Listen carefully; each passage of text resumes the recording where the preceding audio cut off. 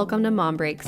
This episode shares Clint's experience as a partner navigating the wild ride of postpartum psychosis after the birth of their first child. Clint and Courtney were building a life together in Georgia. Courtney as a chiropractor, Clint running several businesses, and both preparing to welcome their first baby through a planned home birth. After a long and difficult labor, the birth ended in a hospital transfer and a NICU stay for their newborn. Clint had never heard of postpartum psychosis before his wife developed it. He also had no idea how to care for someone still in psychosis after being diagnosed and discharged from the hospital with essentially no treatment. In this conversation, Clint reflects on the confusing realities of navigating a psychiatric emergency without guidance and the devastating situation that they narrowly survived. He also shares how, just over a year later, welcoming their second child became part of a deeply healing chapter for their family.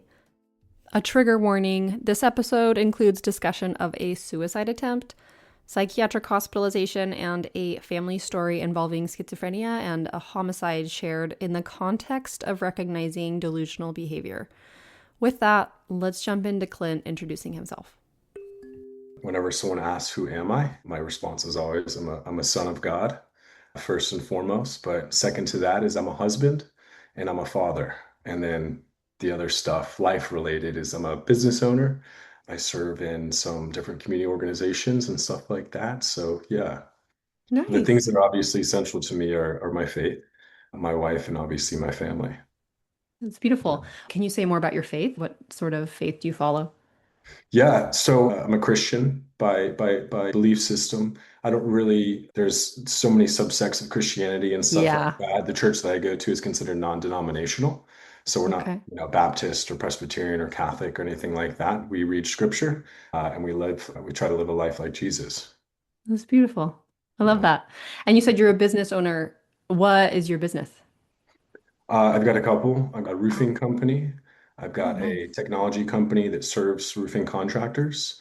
And then I have currently in development of an AI model that is able to interpret and understand human psychology, levels of Oh, agreeableness, neuroticism, self-worth, these different types of things. whoa. My husband just built an assessment with AI on Big Five. You two should talk on Okay. Big Five, and he's an organizational psychologist. And so he's working on a tool. It's geared towards sales professionals, like Sure. helping understand their tendencies, their personality. Anyway, that's fascinating. Is your AI tool like a chatbot sort of thing, or? No, so it's currently being used as a forgiveness tool.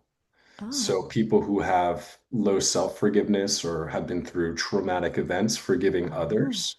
But the Mm. basis of it is understanding human psychology. When you understand forgiveness and lack of forgiveness, it's not as much about the event as it is who you are as a person. You can have two people who experience the same exact event, but how they carry that pain, how they overcome the trauma is completely different based on who they are as an individual. Yeah. Fascinating stuff. Yeah. Yeah. I love that. Have you read The Body Keeps the Score? No, but I've heard about it and I've been Okay. recommended it multiple times. I mean, this idea of that the trauma is in the eye of the beholder. So, like, one person can go through a very similar experience and feel unperturbed, and then another person can feel deeply distressed. And so, yeah, I mean, it's Well, fascinating. in line with that, clinical psychologist George, I think Stallwell or something like that, I forget. Uh-huh. But anyways, he did a lot of research around anniversary trauma, right? And how something can happen on a specific date and time, and it could be Uh-huh. 10 years down the line, and you could have forgotten about it, right? But your body actually will store that trauma and create these trigger symptoms on literally the date or around the date of these things Hmm. taking place. It's fascinating. I want to hear more about that. Okay, it's been a while since I read The Body Keeps the Score, but I remember a core idea being that trauma is not just a cognitive thing. It can be carried physically, emotionally, and shape how the brain and body respond long after something traumatic happens. Research on PTSD and trauma suggests that anniversaries of traumatic events can act as what I see being called trauma cues that reactivate the brain and body's alarm system. So while people often think of triggers as maybe a sound, a smell, a place connected to an experience, the date itself is also a reminder. So one study I will link in the show notes examined what are known as trauma anniversary reactions. These are emotionally charged responses that happen on or near the anniversary of a traumatic event. And they found that people experiencing distress around these periods often show patterns similar to PTSD symptoms more broadly. So that could look like intrusive thoughts, heightened stress, feeling on edge, maybe difficulty sleeping. In other words, the anniversary is not creating new trauma. It may just function as a time-linked reminder that pulls someone back toward the original experience emotionally, mentally, and sometimes physically. So something else the study highlights is that these periods are not only associated with distress. For some, they can be paired with a time of reflection, meaning making, and even growth. So a practical take from this is plan for extra support around difficult anniversaries when you can. That might look like building social support or social touch points, building and grounding routines, or maybe just reducing commitments generally during that period. You can also plan to reflect intentionally, journaling, creating a ritual, visiting a meaningful place, or doing something that honors the experience without forcing positivity. The goal is not to force silver linings, but to make space for whatever naturally comes up. I haven't built really meaningful habits around the anniversary of my psychosis, but I love this idea. And as I'm thinking about it, this project was a reflection at my 4-year anniversary and sort of began there. Let's get back to Clint reflecting on what life looked like before their encounter with postpartum psychosis. So my background is kind of colorful. Before meeting Courtney, I never actually had a girlfriend. I Okay. was just kind of doing my own thing. And she was the first girl that actually gave me an ultimatum, like, you're going to take me seriously or I'm out. And I was like, well, dang, I really like this girl. And Okay. so we met COVID 2020, and it was like early onset COVID. So everything was, shut down. We couldn't do much out in public. And so we really just spent a lot of time with each other. And it really fast tracked our relationship in a lot of ways. And so I asked her to be my girlfriend like 3, 4 months into us knowing each other. Yeah. And so 3 years later, we get pregnant. And then, just because of our faith, we're like, we need to go ahead and tie the knot. So had a borderline shotgun wedding. My parents and her parents weren't even present. We Oh, went to really? a gravel road that's set up between these beautiful oak trees close to where I grew up. And one of my best Pretty. friends is a pastor. And so he did our marriage and everything. And she had her best friend and I had my best friend, and super small. We'd like to do like a 5-year renewing of our vows and actually really go through the whole process of the wedding. And our kids will be older, so my son can be a ring bearer, my daughter can be a flower girl, and Cute. really, really cool stuff. Yeah. Yeah. But in an effort for us to make a relationship right in the eyes of the Lord, we said we need to go ahead and get this done. And so shotgun wedding. And then shortly after that, we were married actually April 22nd. So we just had our 3-year Yeah. anniversary. Happy So anniversary. thank you. Thank you. Yeah, it's been a blessing. And then shortly after that, April to August, we were pregnant, just going through, the first time pregnancy stuff, and then had Cassian on August 23rd of 2023. Wow. Okay. Yeah, That's a whirlwind year. it definitely was. I asked her officially, right? Because we had already planned out what we were going to do for the wedding. And it was nothing big, right? We're just going to have our best friends there. Our pastor friend Sean would do the ceremony and all that good stuff. And I hadn't officially gotten down on my knee and asked her to be my wife. And so, like a month and a half prior to all of this, I flew up to Illinois, where she's from. So I spoke with her parents. I said, are you guys okay with this? Can I have your blessing? All that good stuff.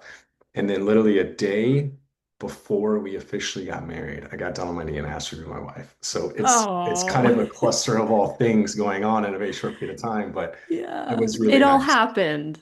It all Like, happened exactly how it should. Yeah. that is, I mean, it certainly sounds like a memorable time Yep. and a beautiful time of you two coming together. What were your expectations like of transitioning to being parents? I always knew that I wanted to be a dad. That was kind of the thing that was always in the back of my mind. I've always said, no one really knows what they want. And what we want, it often changes throughout the course of our life.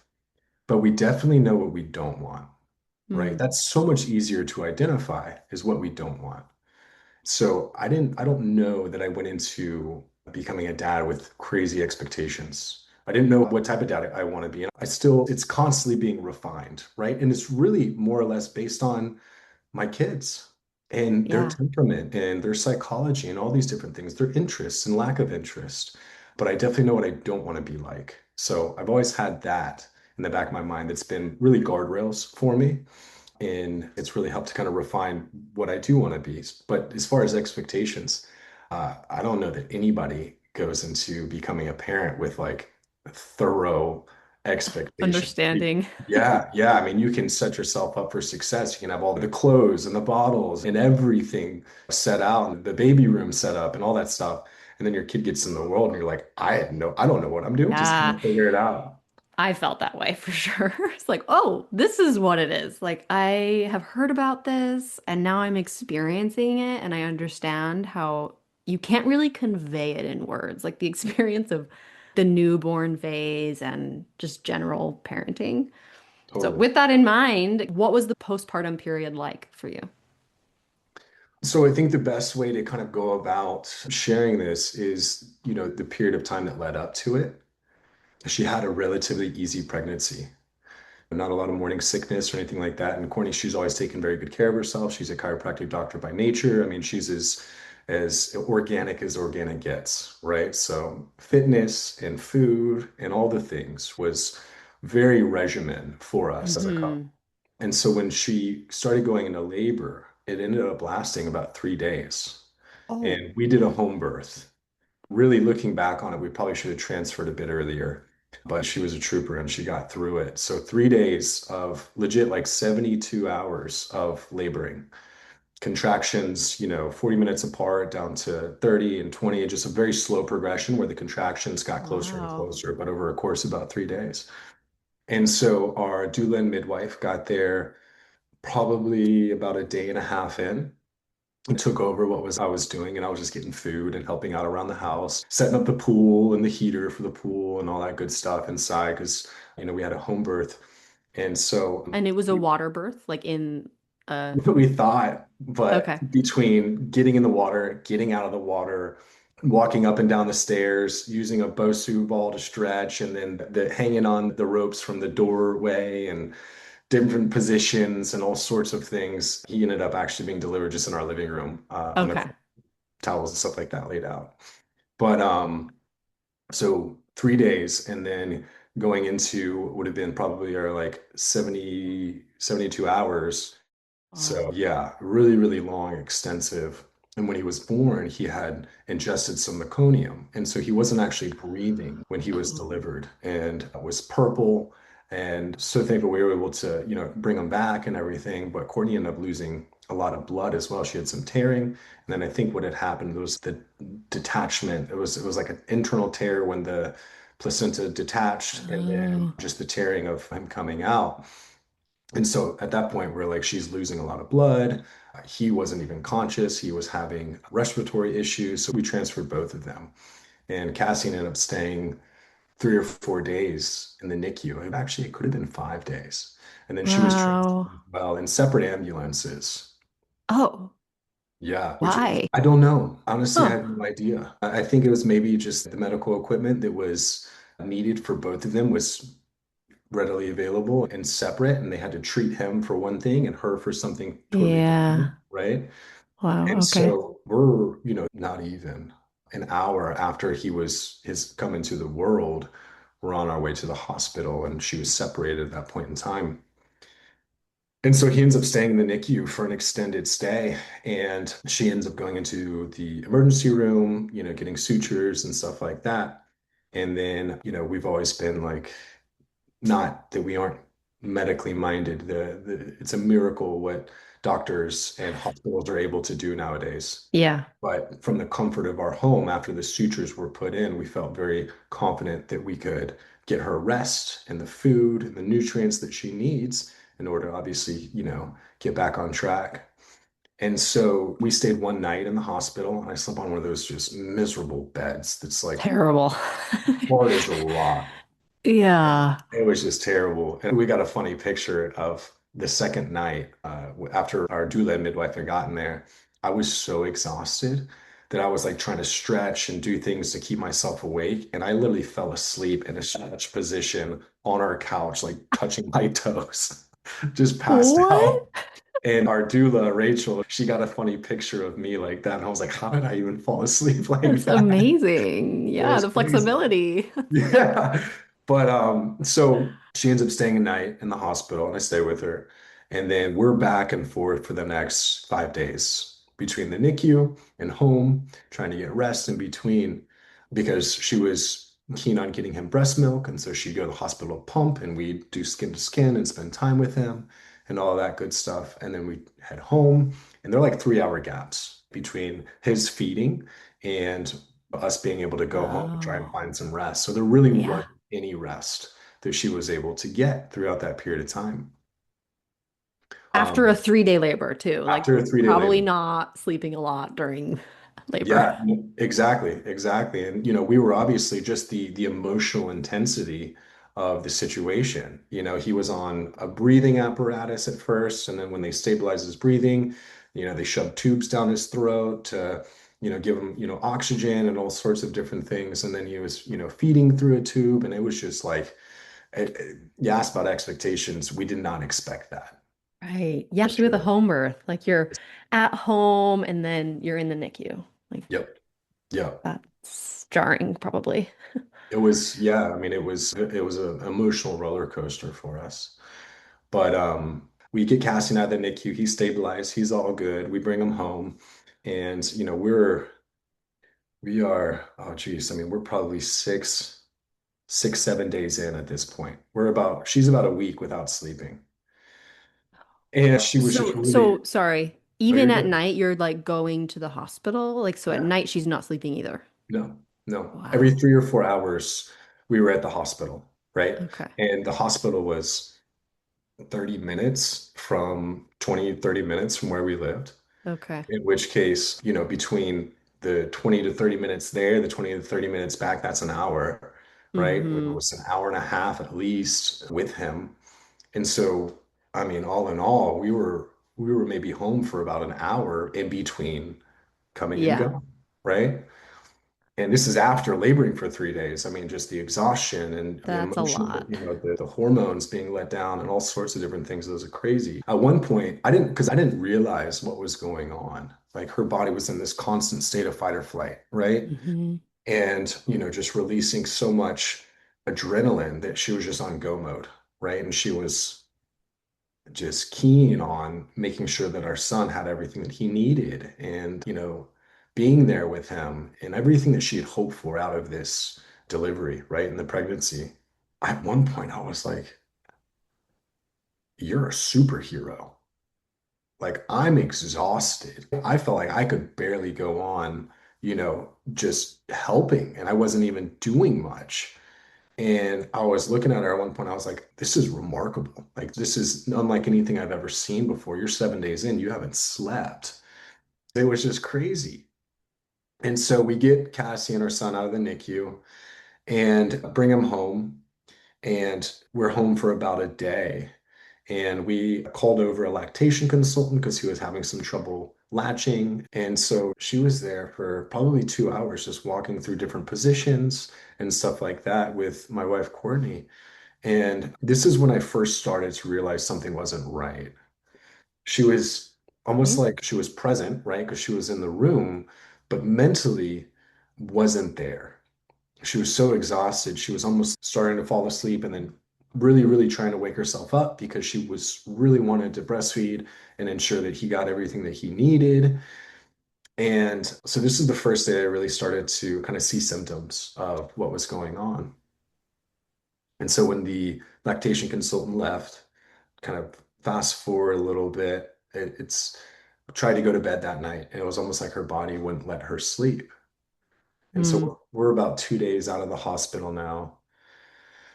And um, she asked me at one point the next day, she's like, if I die, will I go to heaven? And I was like, that's a weird question to be Hmm. asking. And so we had a little bit of, and she was still relatively new in her faith at that time. And so we had a little bit of a theological conversation. And it's like, of course you will, this is what we believe, and this is why we believe it, and so on and so forth. And then fast forward to that night, Cassian is still home with us. And we go to bed and I fall asleep. I was exhausted. And then she wakes me up at like 2 a.m. and she's like, hey, we need to talk about something. And I was like, there's nothing we need to talk about right At now. 2 a.m. You need to go to bed. We're 8 days in now and she hasn't slept. And I was like, no, we're not talking about this. It can wait for tomorrow. You need to go to sleep. And she proceeds to tell me that her kidneys are failing. And she's got a medical background going through school for almost 8 years. And she starts rattling off symptoms. And I'm ignorant to these things. I don't know, Right. right? Yeah. Like I don't know what's going on. And then she proceeds to tell me, she's like, I'm going to die. And you're going to be a single dad because I won't be around. And she's like, you really need to lean into your faith and trust that the Lord's going to get you through this and all these just crazy things. I'm like this isn't going to happen. Like you're going to be fine. Like I'm not going to lose you on my watch, right? Right. And so I call the ambulance. They come and they pick her up, and it's 3 a.m. now, and I start packing my son's stuff together. And I get him in the car and I drop him off with my parents. And then I head straight over to the hospital. And then we get to the hospital and they run all sorts of diagnostics and her kidneys were fine. And so they just do the regular procedural stuff. Hook her up to an IV, make sure she's got fluids and is not dehydrated and run tests and all these different things. And when I finally show up at the hospital, she's like trying to take the IV out of her arm because she's convinced that if she gets too much fluids, the cells in her kidneys will explode and then it'll be a much more painful death than what she had wanted at the time because she was still convinced that she was going to die.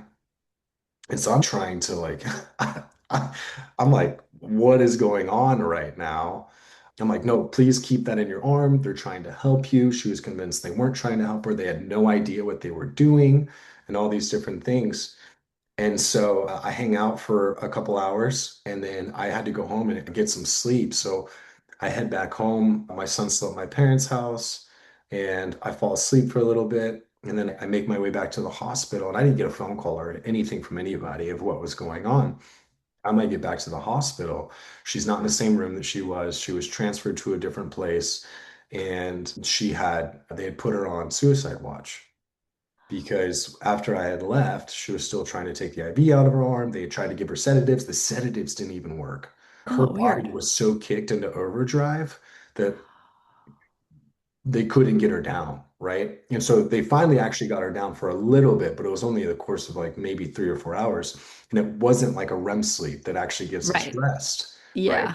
It was like we're just gonna knock you out, even though your mind and your hormones are still just in this rush mode. And so I get back to the hospital and I found out they had transferred her for suicide watch. They asked her, "Is like, are you suicidal?" She said yes. And then throughout the course of events, as that was going on and leading up to that question, she was like, I'm gonna try to make myself throw up and I'm gonna asphyxiate on it so I can go ahead and die. And all the while she's having conversations with the nurses. She's like, do you know Jesus? And she was like, well, if you don't, here's how you can. And just like crazy stuff, that's not part of a normal, dialogue and conversation. And so I finally Hmm. get back to the hospital and I found out they had transferred her and they took her up to a different unit where they could put her on suicide watch. And so she's Okay. there for a day and they diagnosed her with postpartum psychosis. Oh, Yeah, yeah. I mean, full diagnosis. The only difference is she didn't see a clinical psychologist to actually take them through the next steps of what should be procedure and protocol for someone who's experiencing something like this. so she was given the diagnosis of postpartum psychosis in the ER. Yep. Or I guess she'd been transferred elsewhere. Well, she wasn't in the ER technically anymore. She was on suicide watch, right? And they did just a brief evaluation. They said, this is what you're experiencing, depression and psychosis, postpartum. And so on all of her charts and paperwork, postpartum psychosis is what she was experiencing. It was tracked properly, right? Or diagnosed properly. Yeah. The protocol that was followed was just non-existent, right? Because this Yeah. is What did they do for her? nothing. Nothing. They just monitored her, right, for what was maybe 30 hours, right? And when people enter a state of psychosis, there's different forms of psychosis. My oldest brother, he's got paranoid schizophrenia, and he says Oh. the most outlandish things you've ever heard in your life, you know? Uh-huh. But a lot of it is, I'm fine, right? Y'all are the crazy ones, get me out of here kind of stuff, right? And your body will fabricate this narrative in your mind that like allows you to like sound okay Mm, and conscious and like you've got your wits about you. And that's one of the things I want to encourage people out there to keep in mind is that like they might sound okay, but as you get that cascade of events, you have to constantly be monitoring, right? And looking for some of these things because I'd have conversations with her and she sounded like she was fine, right? I think mm, that's what the hospital evaluated at the time as well. Like she sounds okay, right? But in the back of her mind, she's like, I'm going to do anything and I'm going to sound okay as possible to get out of here. mm. And so they kept her for about 30 hours, diagnosed her properly, put her on suicide watch. She had a nurse just overseeing her, different nurses throughout her stay there. And then the next day, they released her. And the Wow. nurse who had come in, well, she should have been evaluated by a clinical psychologist and psychiatrist, right? They can evaluate just because you're talking in a monotone voice and you sound okay. Here are some key factors of undertones, right? You're not, because she had everybody convinced. In which case, Wow. they cleared her, and we are getting ready to be released from the hospital. And she had pulled me over at one point and she was like, I think they're testing me. I'm like, what do you mean they're testing you? She's like, they want to keep me here. I was like, that's not how hospitals work. My father's a orthopedic surgeon by trade. I've been around the medical stuff for a long time. They don't want to keep you there for for longer than Right. they need to, right? Because they've got beds to fill and other people who are in need and so on and so forth. She's like, no, they're testing me so they can keep me here. I'm like, I can assure you they're not, right? They just want to make sure that you're okay to go home and get rest and nutrients and all these different things. Right. And so the final nurse who was doing just kind of like the checkout process was asking just basic questions. Do you have family that can help? And home life, is there everything safe and all that good stuff? And it's yes, yes, yes. And at one point I could tell she almost picked up on it. Like I don't think that what I'm doing right now and releasing her is the right thing to do, right? But Mm, she was just trying to follow protocol, right? If you say yes to these things and no to these things and blah, blah, blah, then okay, green light, you're good to go, right? And so they released her. And you can't technically walk out of the hospital, I guess, after this stuff. And so I'm pushing her in a wheelchair and we're going down the corridors of this hospital. It's massive, massive hospital. And so we're parked like where the main parking is in the front of the hospital. And where they had her at the time was like towards the very back of the hospital. And so we're walking down, we get down the elevator, and we're walking towards where we're about to turn right. And she sees an exit sign down the corridor in front of us. And she gets out of the wheelchair and just starts sprinting towards the exit. I'm like, what in the world is going on? Like you just said they're trying to keep you here. Well, you're trying to get out of here. This is crazy. And so I didn't know what I was doing. I was like, I don't know where to leave this wheelchair. I don't know what's going on. And I was like, where are you going? And she's like, we got to get out of here. So she heads to this uh, corridor where she saw an exit sign and she just books it to the first exit, right? And so I chase her down and I'm like, what's going on? Where are you going? Why are you running? We're not parked anywhere close to here. And she's like, no, we got to go. And I'm like, okay. And so she's like, where did you park? Where did you park? I'm like, we parked way on the other side of the hospital. She's like, all right, we got to run to the car. I'm like, what? You're like 8 days without sleeping right now, and I've never seen you run this fast before. This is Also, like crazy. freshly postpartum, like still Fresh, yeah, stitches. yeah, yeah. I mean, it was crazy. And so I'm like sprinting just to try and keep up with her. And We finally get to the car, and her parents were riding in a different car because they were there during the release process. And her brother had come down as well, and he's a paramedic by trade. And so obviously he had major red flags going off during this whole thing. And so we finally get to the car, and she jumps in, shotgun passenger seat, and her brother's in the back. And she's like, "We gotta go, we gotta go, we need to go home." And like in such a rush that we didn't even stop by the checkout counter where you get your clothes and your wallet and Oh, any of the other stuff that you need to actually leave. And she's like, "Forget about it, we've got to go." And I'm like, "What in the world is going on?" And so we get in the car and we're heading towards one of the main roads to then jump on the highway. And we're around a hospital, right? So there's a lot of medical, vehicles in traffic with us and on the side of the road and all sorts of different things. And so we pull up to a red light, and there's traffic on both sides of us. And she starts like borderline yelling at me because there's an ambulance, three cars in front of us. She's like, "You need to go around this ambulance. They're going to get out and they're going to try and bring me back to the hospital." oh no. And I'm like, "Oh, what am I supposed to do right now?" Yeah. Right? I just left a place that I thought was That's- supposed to help. And it's like way worse than when we went in. And we're driving and we jump on the highway, and then there's like every black vehicle that we saw with tinted windows. She's like, "You need to go around them. They're the police. They're going to come and get me, and they're going to bring me back to the hospital." Really crazy stuff. And so we finally get back to our house, and my parents still had our son at the time. And so, obviously, wanting to bring him over so he could spend time with his mom and she could spend time with her son. So we finally get back to the house. My parents finally show up, and the hospital calls me, and she sees, the caller ID, and she's like, "Don't answer it. Like, don't answer it. Like they're gonna come to this house and they're gonna try and get me." Oh, And I'm like, "Think so, right?" We just sprinted out of the hospital, right? And they're not the police. They're not like they don't have like a team that like just goes out and just hunts people down. Um, yeah. and so I was like, "It's all good. Like I'm just gonna answer the phone, right? It's okay." And so of course they're like, "Hey, you guys left like all of your stuff here." And I'm like, "Yeah, yeah, I know." I was like, "What do we do?" And like, "Well, can you come get it?" And I was like, "Okay, sure." So we hung out for a little bit until her parents got there, just to make sure, everybody was okay. And so I was like, "Hey, I'm just gonna run back into the hospital real quick." And this is a totally different hospital than the one that she went into the first time. I guess they didn't have enough beds. And So she was transferred somewhere in there. after delivery, she went to the hospital, spent a night at the hospital, right? Just to make sure that everything was good. Yeah. Got her sutures and all that good stuff. We lived in Alpharetta at the time. It was Uh-huh. the hospital in Roswell, little town just to the west of us. And so that was one hospital where our son was staying and where she went in to get her sutures and stuff like that, right?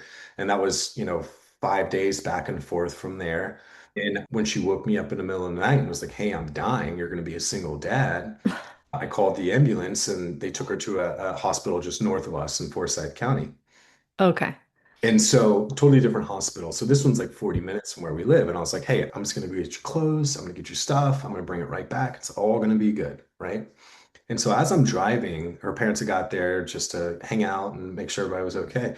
As I'm driving up to the hospital, she's texting me and she's like, "There's people upstairs, medical staff upstairs of our home. They're trying to check my vitals so that they can take me back to the hospital." And now I'm like Oh. really freaking out. I'm like, I don't know what to do. I knew nothing about postpartum psychosis.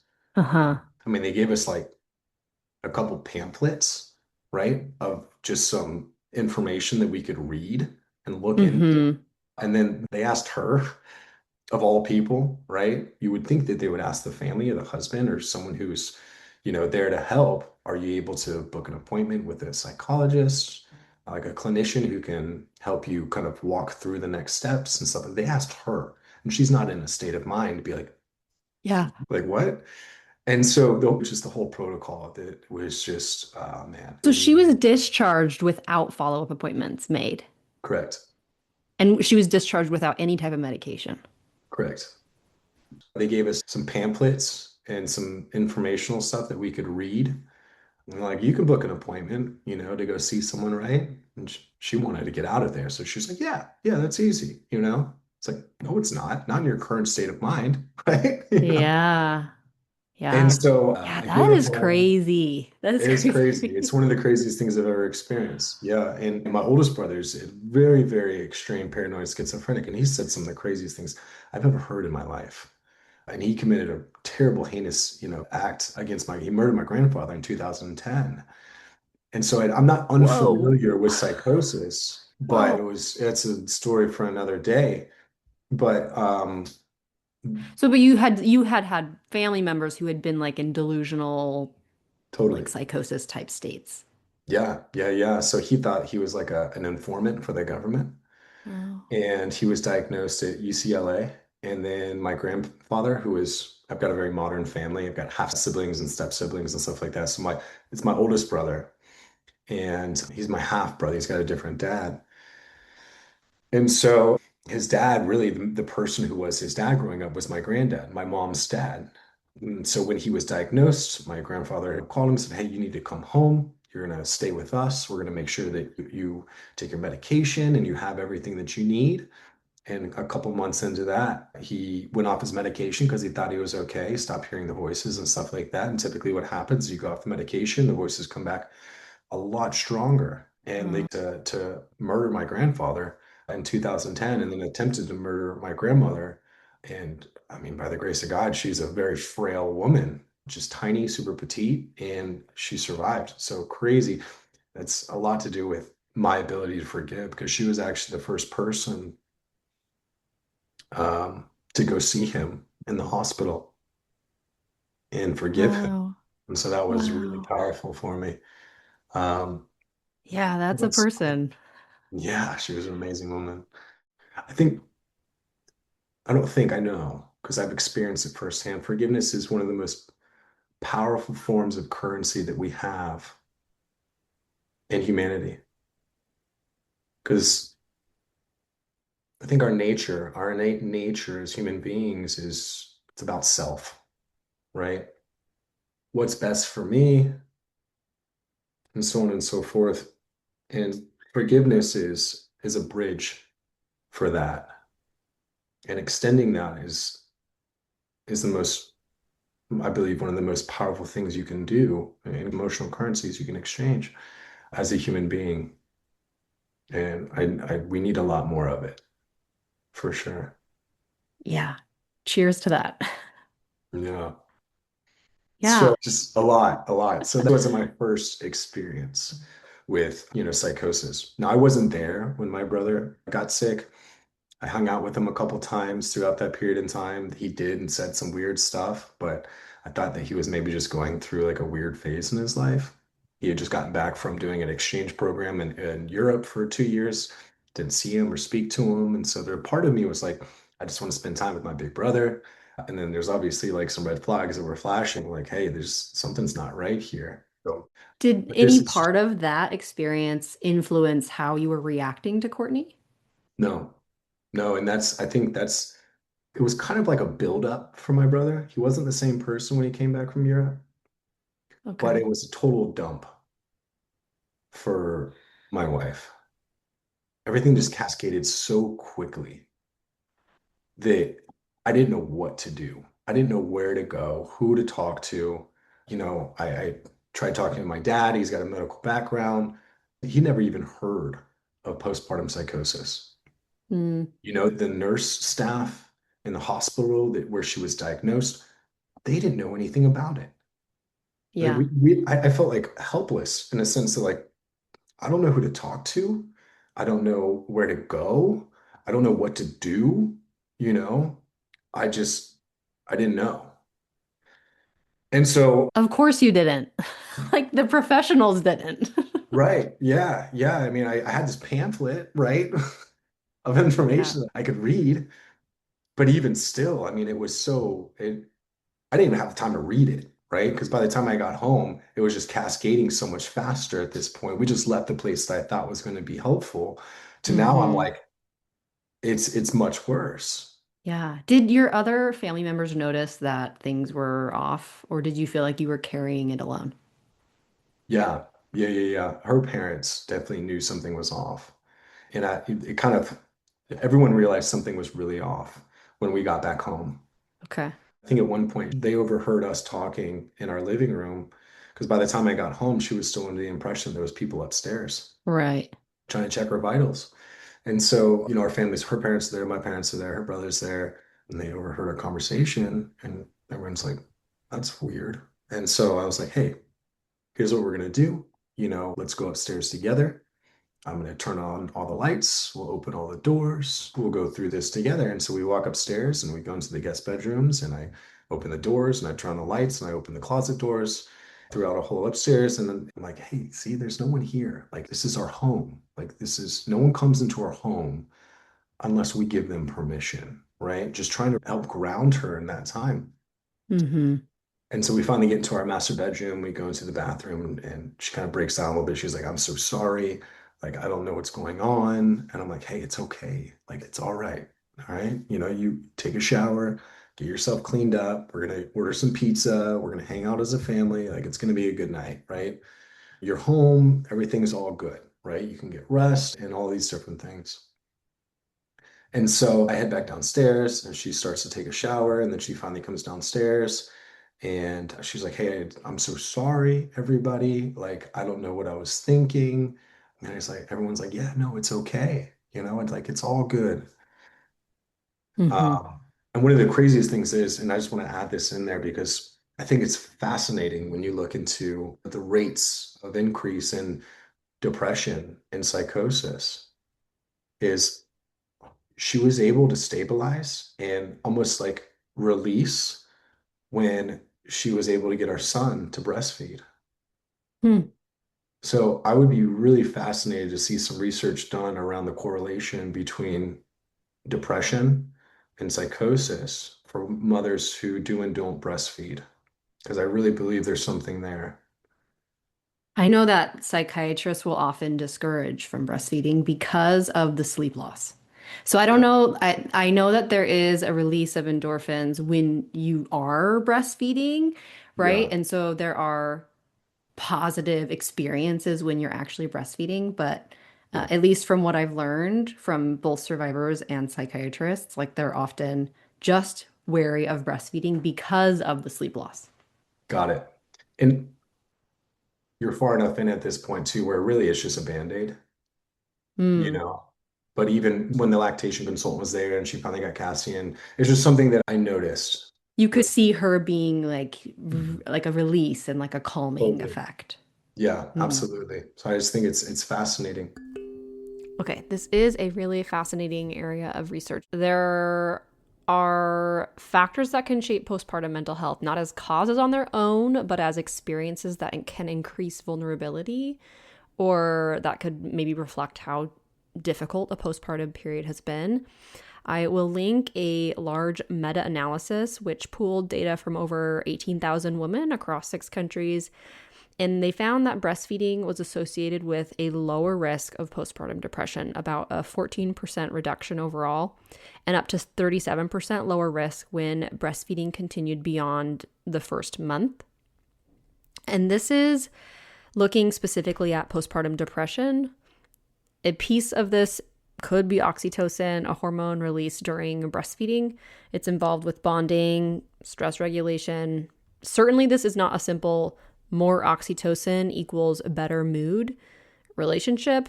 Breastfeeding can support relaxation and bonding, and depression or anxiety can blunt or complicate the system. So, mental health can shape the physiology of feeding, just like feeding can shape an emotional experience. So, this relationship is bidirectional. Depression can make breastfeeding harder to initiate or sustain. And then at the same time, feeding difficulties, sleep disruption, pain, pressure, unmet expectations, these things can worsen mood. So, yeah, there's an interaction there, not one clear direction. So, postpartum psychosis specifically, there's pretty limited direct research on breastfeeding as a risk factor. The strongest and most consistent predictors for postpartum psychosis continue to be personal or family history of psychiatric illness, especially bipolar disorder, and then, yeah, sleeplessness. Just a clarifying note, I was speaking to perinatal psychiatrists we've had on the show, speaking about people at a higher risk for postpartum psychosis. Breastfeeding is something to approach flexibly and supportively. So it could absolutely be part of a plan, but there should also be space to step away from it if protecting sleep and mental health becomes a priority. So I think breastfeeding, intense birth experiences, as well as NICU stays, we've talked about these things in past episodes. They're not simple risk factors. It may be more accurate to think of these as sensitive markers of how intense and how supported the postpartum experience is becoming. All right, let's hear Clint reflect on how things progressed after being discharged. After getting out of the hospital for the second time and being diagnosed with psychosis, get home, parents come over, we eat pizza, we hang out. We had that weird exchange where she thought there was people upstairs, and then her parents end up taking our son that night so she can try and get some rest. And I wake up the next morning, and turns out she didn't sleep at all that night either. Going through the next day, she was just really off, so I was just attending to her, getting her food, and she was staying in bed and just bringing up stuff that was just totally unrelated to like what we need to be doing at the time, like medical bills and college tuition debt, which is just like, it wasn't like her, you know? And so that Yeah. was just weird. And after the experience of her rushing to get home because every car out there was someone trying to take her back to the hospital and then saying that there was people upstairs in our home, that was just, it was crazy. And at one point, I called my dad and we couldn't get anything over the counter because you got to go see someone, right? To Oh. get something that's super strong to knock her out. And so I call my dad. I'm like, hey, what can I give her that'll just make her pass out for 10, 12 hours? And he's like, well, you can get a Aleve PM without a prescription, it's acetaminophen. That should do the trick, right? Just don't obviously give her too much. And so I go to get ready to leave. I ran her a bath. She's in the bathtub. Sit on the edge of the bath for a little bit. And I just said some things that were just like, hey, like, we're going to get through this. Everything's going to be okay. You just take a bath, you relax. And it's getting towards the evening at this point. And so I left her in the bath, and my dad encouraged me shortly after we had gotten home. He's like, take everything that's potentially a weapon and hide it, right? Just to play it safe. I thought I had done a good job of that, but I guess not. And so I just spent some time with her on the edge of the bath and we talked through some different things and just kind of give her some assurance like, hey, this is temporary, like everything's going to be okay. And so I leave, and where we had lived at the time, there was a Publix just right up the street. And so I go to a Publix and I'm gone for maybe all of 20 minutes, right? And I come home, I got her this like tonic drink that she likes, and I got some Aleve. I get home and, I put the stuff on the counter and I go to walk upstairs, and there's stairs and you take a left to get to our master bedroom. And then there's like a hallway almost to get into our master bedroom. And I enter our master bedroom and our bathroom is on like this side of the wall. So I can't see her yet, but our bed is like right here. And so I see our bed and there's blood just all over our bed. And I kind of freeze for a second and I'm like, I don't know if I can like walk into this. And then I hear her like stirring in the bathroom. And so I rushed over to the bathroom and there's a doorway and the door was open. And I look in and she's just naked on the ground. And she had taken the razor blade out of her razor that she shaves her legs with and just goes Oh. goes to town on her neck and her wrists. Oh And I start freaking out. I'm like, what are you doing? Like, why are you doing this? And she was conscious. She was like, I have to do this. Like, I can't be here. And I'm like, what do you mean? Like, what is going on right now? So I grab all this stuff and I grab a towel and I'm applying pressure to her neck and her wrist. I'm trying to talk to her and like call the police. And I still have this like video that I can replay in my head of that experience. I don't think it'll ever actually go away. But So you are juggling her actively trying to harm herself and staunching the bleeding and calling 911. yeah, How did you do that? I don't know. You're a I don't superhero. I I can't imagine the sight of the blood, and I I'm my heart goes out to both of you for weathering that and to Courtney for navigating psychosis without any help. Like I'm feeling mad towards this hospital system that let her go without anything. Yeah, there's definitely more that needs to be done around this stuff. What happened from there?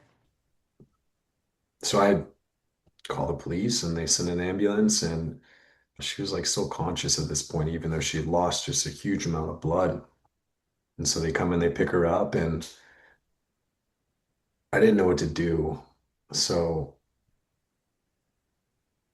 I didn't even know if I could like go to the hospital, with her or follow them to the hospital and like be there because I was in such a state of just like You needed help. disbelief. And so I just got everything that had blood on it, our bed sheets and towels and stuff like that. And I just made a pile in our backyard and I set it all on fire. Hmm. And I didn't have my phone, I didn't want to talk to anybody. And so, hour and a half, 2 hours later, my dad comes walking around our backyard, and then my brother shows up, and we just kind of sit in silence for a while. And then my brother and my dad, they go inside and they clean up the stuff that was on the floor, and then I didn't sleep much that night. But the next day was when I did end up going to the hospital to see her, and her parents were still around. And so we all met up at the hospital. And one of the doctors that saw her in the ER, bless his soul, he was blown away that they diagnosed her with postpartum psychosis, put her on suicide watch, and then released her only after 30 hours. He was livid. He was pissed off. Okay, good. Courtney's got a memory of him saying, how could they do this? Like, so kudos to him. I don't remember his name, but if I saw his face, I'd shake his hand because I really appreciate his attitude towards the situation. And so they suture her neck and her wrist up and stuff like that. And she was 2 millimeters away from cutting her carotid. And even if you nick it, you're bleeding out. It just might take a little bit longer than a full cut. So I mean,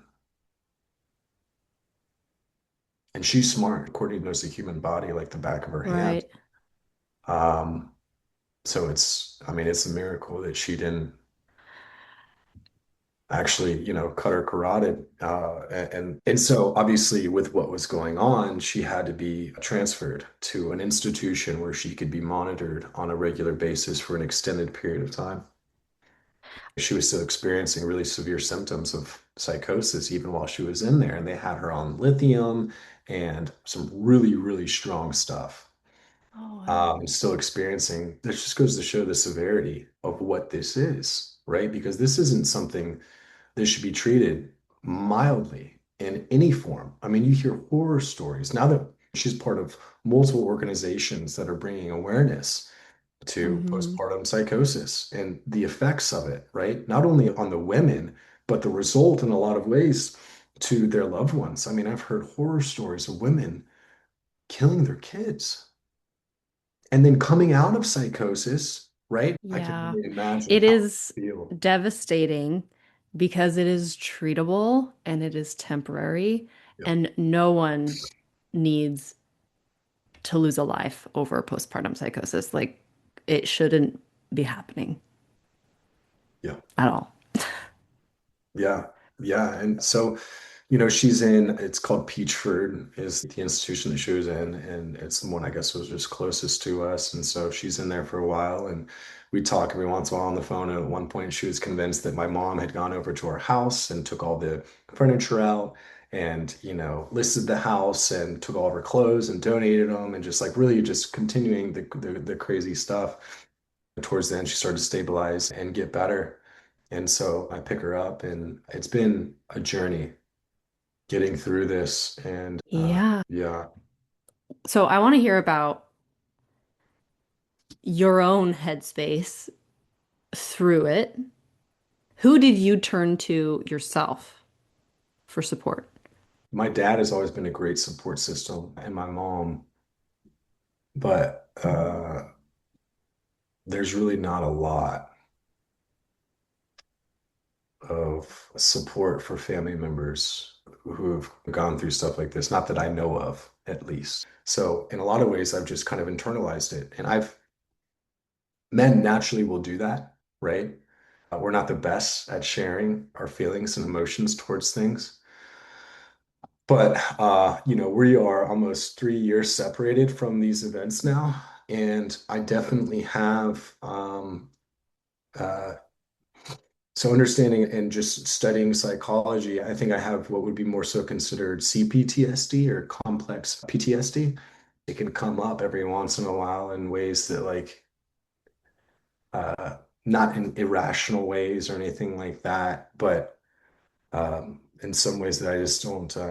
So to answer your question, just other family members, my faith, and that's really pretty much it. But it would be nice if there was something more structured, especially because I don't know anybody else who's experienced something like this. Husbands wise, right? Yeah. We're almost jealous when we hear people whose pregnancies just go well and the baby's healthy and the mom's doing great and stuff like that. And it's like, man, that's awesome. And that's that's how it was for our daughter. She was supposed to be born Christmas Eve, decided to just hang out for a little bit longer. Then she was supposed to be born New Year's Day, decided to hang out a little bit longer. And Oh, wow. yeah, yeah, yeah. And I wasn't even home at the time. Our midwife was late. And I'm at work. Courtney calls me. She's like, I'm going into labor. And I was like, okay, well, I can come home right now. Like, what are your contractions like? And she's like, we were pretty spaced out. And typically, right, it takes a couple Takes hours. time. It takes time, right? Well, not this time. So she calls me back, and it's a constant back and forth. Like, do I come home? What are your contractions like? How much time do we have? I think in a couple hours, right? She started in the morning. Right. We will actually go into labor, probably this evening. It only makes sense, right? Especially after a 3-day, labor Right. process for our son. And I'm like an hour from home at this point. And she calls me and she's like, Letty's coming right now. Her name's Colette. We call her Letty. Cute. And thank you. And I was like, okay, well, you need to call our midwife, right? Because like other than like cutting the umbilical cord, I don't know what to do, right? I'm gonna be there to catch the baby and all these, different things, but like you need someone who's actually, that we hired to be there for you. And so she's on the phone with Debbie. And so, anyways, long story short, I'm rushing home, like speeding, but trying not to get a ticket and pulled over because it's gonna take more time. And by the time I get home, she had given birth to our daughter What? by herself What? in under 30 minutes. Okay, wait, wait, whoa, okay. That rewind just a little bit. What was it like getting pregnant again Yeah. so quickly? Yeah. Well, we didn't anticipate that we would be getting pregnant again so fast. And I had a huge amount of hesitation. It was borderline devastating actually because of the Mm. fear of the first experience. Yeah, I can imagine. But so it wasn't planned. But I mean, I never thought being a girl dad would bring me so much joy.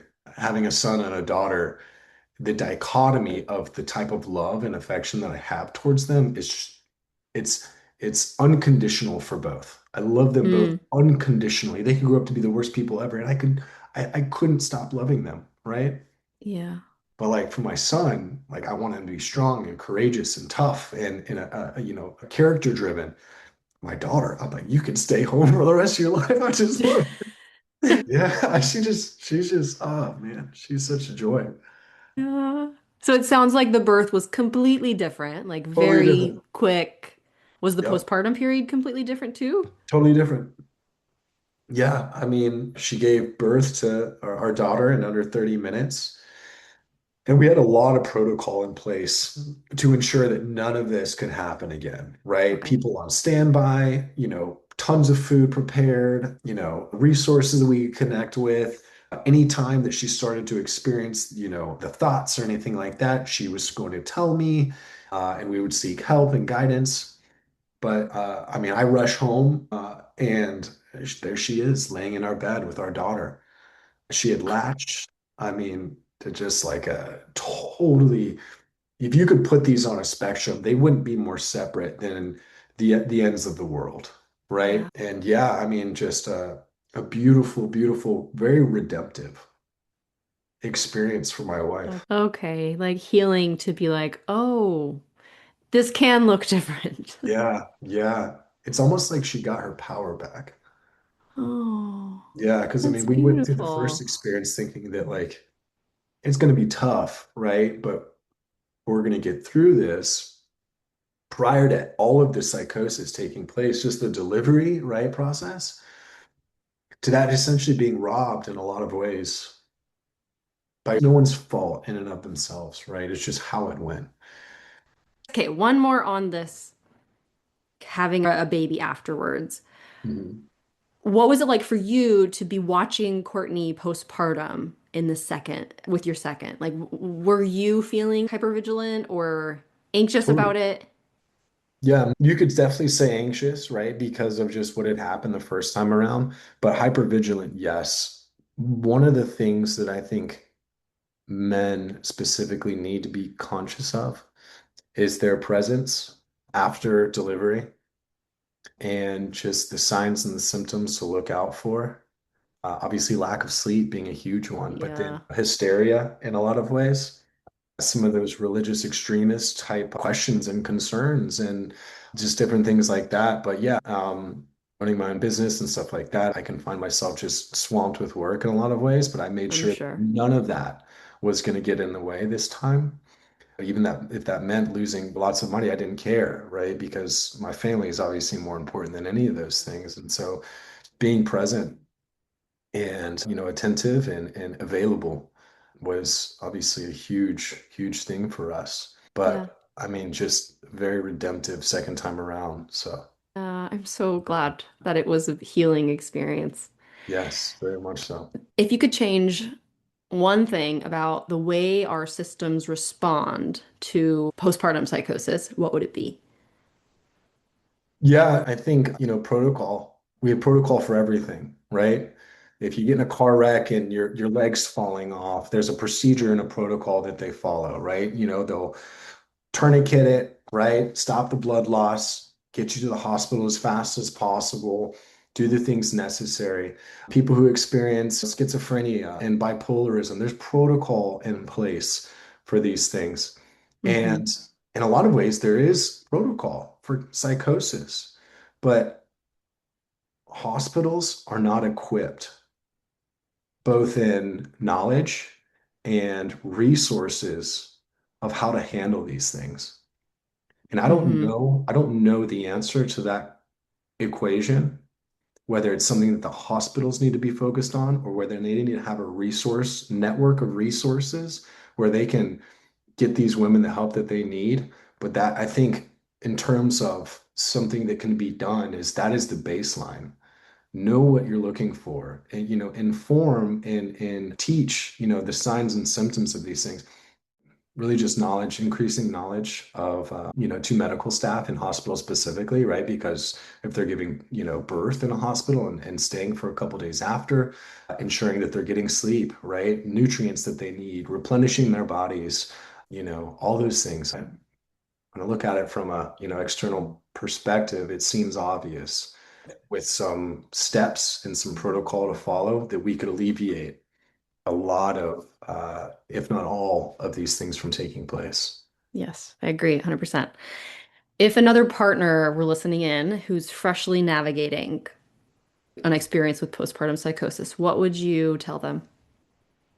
You really got to find help. You need to be looking for a psychologist, resourcing in those ways. You need to be ensuring that your partner is getting adequate sleep. And if they're not able to even fall asleep, then that's definitely a sign where you need to have some medical intervention, right? Yeah. A psychologist or something of someone who can come in and inform you of the protocol that needs to be, taken, right? Even if that means, that you're gonna have to pull them out, screaming and hollering because they don't want to go. It's absolutely necessary Mm, to get the help because if not, these things can really cascade and cascade quick. So yeah. don't be Okay. hesitant, right, to have tough conversations. Ensure that you're available to help throughout this process because your presence, right, as a partner is huge. And then obviously go ahead and start resourcing, what's out there and, where are the places that I can go that actually are equipped to deal with these things. Yeah. Anything else we didn't cover that feels important to share? Oh man, yeah. I mean, I think that the best part of all of this is who it's shaped my wife into being. I mean, she's an inspiration now for these things. She digests information like, eating dinner. Incredibly smart, and her ability to retain information and then display it and teach in a way is a beautiful thing. She's a warrior for women who are experiencing these things and for creating the protocol that can be implemented to ensure that these things don't happen again. So as bad as it all has been, it's really set her up in a lot of ways for part of her life mission. And so for that, I'm thankful. So, Courtney is amazing. You can follow her on Instagram where she shares her story along with resources and education around postpartum mental health. Her handle is at Dr. Courtney Winter, doctor with a DR. I will include this in the show notes. I continue to be inspired by and grateful for the many people sharing and speaking openly about postpartum psychosis across so many different mediums. Awareness around this condition is absolutely helped through lived experience being shared, and I really appreciate Clint taking the time to share their family story here. One of the things I've been thinking about after this conversation is how uneven the response to postpartum psychosis can be. Just treatment and length of hospital stays, medication. There's such an inconsistency across the stories, at least that I've heard through this podcast. Some people are discharged way too quickly and end up back in the hospital, while others may experience really long hospital stays that maybe could have been shorter. And this raises a tricky question for me. How can clinicians find the right balance across such a wide spectrum of presentations, especially when symptoms can look kind of different depending on whether, which presentation of postpartum psychosis we're dealing with? So, like brief psychotic disorder, depression with psychotic features, bipolar disorder with psychosis. Anyway, I think this story, Courtney and Clint's story, highlights the need for more standardized approaches to both diagnosis and treatment so that care isn't so dependent on chance, setting, or who happens to be on call in a given moment. So grateful to Clint for coming on, taking the time to share their story. And with that, be kind to your mind, and thanks for listening.